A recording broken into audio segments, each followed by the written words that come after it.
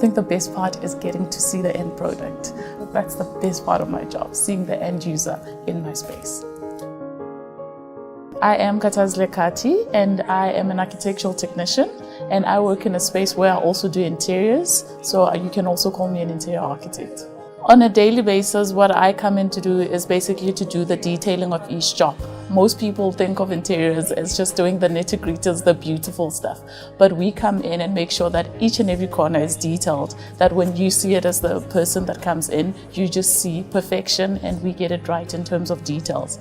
So on a daily basis, what would it be included in my day? First of all, I would come in, look at the job that I need to do for the day, and then I'd have meetings. And from those meetings, you normally have feedback, and then you go back to your computer, and then you draw out all the stuff that you need. And then finally, when you're done, you send it out to consultants, because consultants rely on your information in order to get their information out.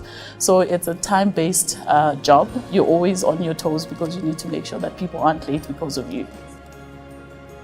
At the end of grade 12, I had maths and science, and I enrolled at Wits Tech then, which is now known as UJ. And then I did my National Diploma in Architectural Technology, which is a 3-year course basically. And at the end, once I finished, I enrolled for my BTech in Architectural Management. So the technology part teaches you about detailing and doing everything else. And then the management part helps you to work in an office and help manage projects and other things. On top of that, once you're done, you need to make sure that you're registered with SACAP, because it protects you and the consumer of what you do.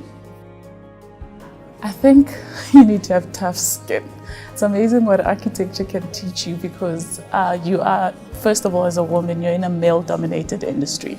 And to prove yourself, you have to be on top of your game. So you have to make sure at all times that you have a tough skin. Don't take things personally when the jokes come through. And you need to know that you will make mistakes, but learn from them. Once you've learned from them, you're the master of your game. I think the biggest challenge is time. Lately, as we've become part of the global landscape, we have to produce things quicker and in a more timely fashion, but at the cheapest cost. So it's time making sure that your overheads don't overrun you, and making sure that you deliver quality service, because there are so many people out there doing the same job as you. So you need to make sure that it's a quality service so that your client can come back to you. So it's the biggest challenge, making sure that time is always kept. Come and join the architectural profession.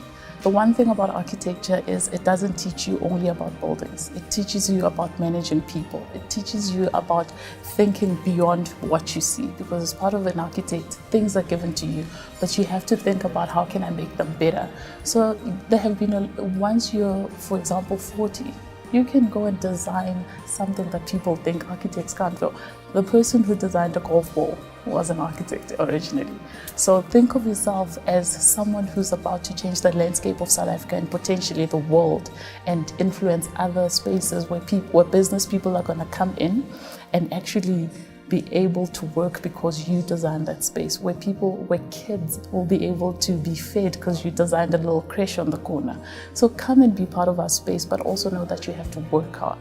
The one thing about architecture, you never get anywhere if you don't put your back into it. So be prepared to work hard, but most of all, enjoy it, because you are transforming the landscape of the world.